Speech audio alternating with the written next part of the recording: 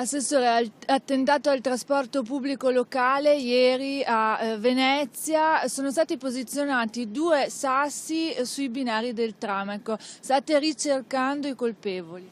Sì, 2 blocchi di cemento pesanti, il fatto di una gravità assoluta, tra l'altro di notte è avvenuto, per fortuna, e qui siamo per ringraziare i nostri collaboratori di EVM, l'autista del tram che ha fermato prontamente il mezzo e ha avvisato per liberare. Ma provavamo a pensare, se una moto incappava in quel momento sarebbe ammazzato sicuramente qualcuno, è una cosa di una gravità enorme. Forse questi ragazzi, sono 2 ragazzi e un ragazzo, non si rendono conto della gravità dei fatti. Stiamo ancora indagando perché per visionare telecamere, qui abbiamo la polizia municipale nostra, la polizia giudiziaria, l'ispettore Franzoi che sta indagando da ieri.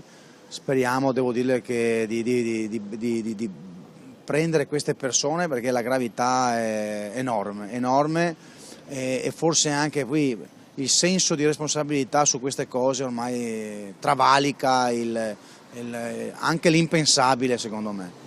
Quindi non molliamo, come abbiamo beccato quelli della colonnina lungo il percorso, speriamo di prendere anche questi personaggi.